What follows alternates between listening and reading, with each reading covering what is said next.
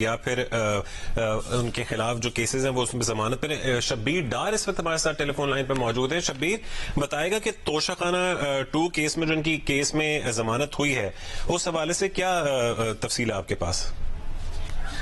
जी रजा, Toshakhana 2 case जो है बानी पीटीआई बुशरा बीबी के खिलाफ ये अभी इब्तदाई मराइल में है और इसकी तफ्तीश मुकम्मल कर लिए पहले ही की गई है और इसकी जो समाअत है स्पेशल जज सेंट्रल शाहरुख अर्जुमंद कर रहे हैं। लेकिन इसमें अहम बात यह है कि 6 से 7 समाअतें बल्कि ज्यादा ही हो चुकी हैं। इसमें फर्द जुर्म आयद होनी थी बानी पीटीआई और बुशरा बीबी पर, लेकिन जो वकला हैं बानी पीटीआई और बुशरा बीबी के वो मुसलसल ताखिरी हरबे इस्तेमाल कर रहे हैं। कभी एडजर्नमेंट मांग रहे हैं, कभी हाजिरी से इस्तिस्ना की दरखास्तें दायर की जाती हैं, कभी कोई दरखास्त दायर की जाती है। लिहाजा जो फर्द जुर्म की कार्रवाई है वो मुसलसल ताकीद का शिकार है और बल्कि गुज़श्ता समाअत पर जो जज है स्पेशल जज सेंट्रल शाहरुख अर्जुमंद उन्होंने वार्निंग दी थी बानी पीटीआई के वकला को कि अगर बुशरा बीबी 21 नवंबर कल इस केस की समाअत है अडियाला जेल में 21 नवंबर को अगर वो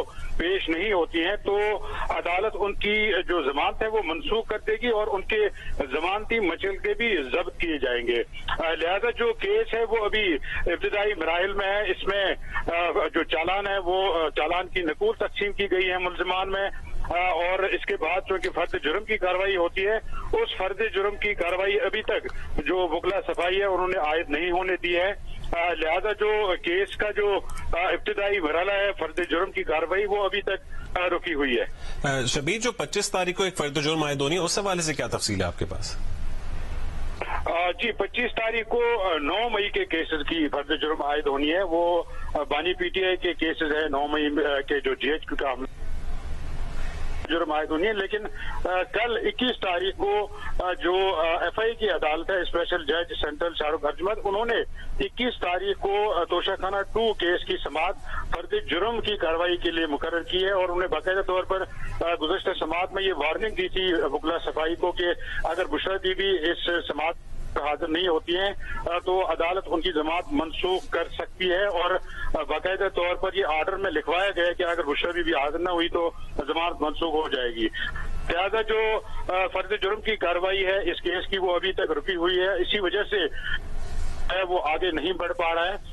इस पर जो पब्लिक प्रोसिक्यूटर है जुल्फकार अब्बास नकवी और उमैर मजीद मलिक उन्होंने मुतादिद मरतबा अदालत को बताया कि ये जो ताखीरी हरबे इस्तेमाल किए जा रहे हैं ये सिर्फ केस को तूल देने के लिए किए जा रहे हैं और फर्द जुर्म आयद होने नहीं दी जा रही है। कभी कोई दरखास्त आती है, कभी कोई दरखास्त आती है। लिहाजा वकला सफाई और मुल्जिमान को इस बात के लिए पाबंद किया जाए ताकि जो फर्द जुर्म की कार्रवाई है वो हो सके और ट्रायल आगे बढ़ सके। लेकिन ठीक है शबीर, आप हमारे साथ ही रहेगा। जी ठीक है, आपसे भी मजीद तफसीलात लेते हैं। अभी रुख करेंगे अवैस यूसुफजई का। अवैस, इस वक्त जिस तरह की शबीर डार भी हमें बता रहे थे कि अभी 21 नवंबर यानी कल तोशाखाना 2 केस की समाअत रखी हुई है अडियाला जेल में जहां फर्द जुर्म आयद होनी है सेंट्रल जज जो है शाहरुख अर्जुमंद उनकी। तो इस हवाले से अब कहा जा सकता है कि अभी ये मामला जो है ये लटक चुका है? जी नहीं, इस तरह नहीं कह सकते, बल्कि मैं आपको बताऊं कि कोर्ट ने अभी जो मुख्तसर ऑर्डर किया है उसमें ये भी हिदायत की है, बल्कि पाबंद किया है। ये कहा जाए तो गलत नहीं होगा कि बानी पीटीआई ट्रायल कोर्ट में पेश हों, यानी कि उनको पाबंद किया गया है कि वो बानी पीटीआई जो है वो ट्रायल प्रोसीडिंग में पेश हों। और अदालत ने ये भी ऑब्जर्व किया है कि ट्रायल के दौरान अगर अदालत से ताउन ना किया तो जमानत का ऑर्डर वापस हो सकता है, ऑर्डर विड्रॉ हो सकता है। ये आज कोर्ट ने अभी वर्बली तो कह दिया है, रिटर्न ऑर्डर कुछ देर में जारी होगा जिसमें ये चीज मेंशन होगी।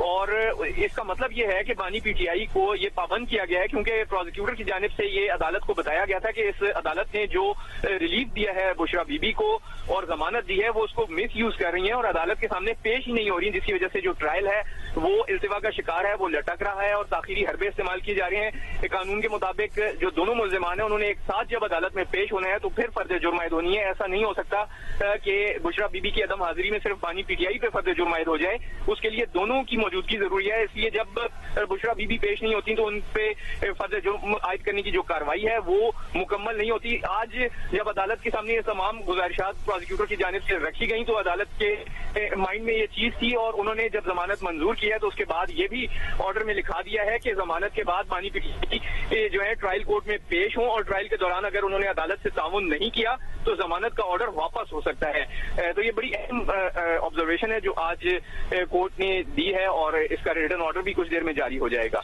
अच्छा, आज जस्टिस मियां गुलशन औरंगजेब ने कहा है कि बानी पीटीआई को कैसे फायदा हुआ, जिस पर एफआईए प्रोसिक्यूटर ने कहा कि जब बीवी को फायदा मिला तो शोहर को भी फायदा हुआ। इस हवाले से जो रिमार्क्स थी वो बताइएगा।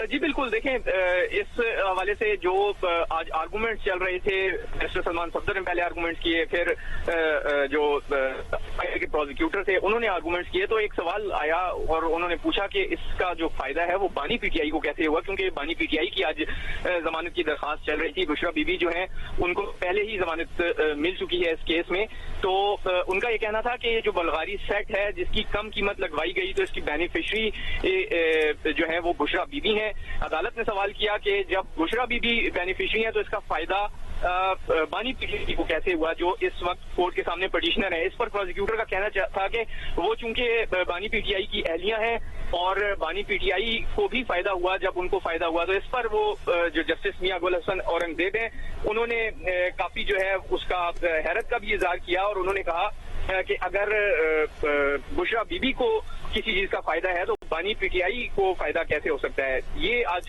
जो है दौरान समाज जो वक्फे से कब्ल समाअत हुई उस दौरान ये जो है सूरत हाल वो कोर्ट के सामने आई थी। जी ठीक है, वह साहब हमारे साथ ही रहेगा।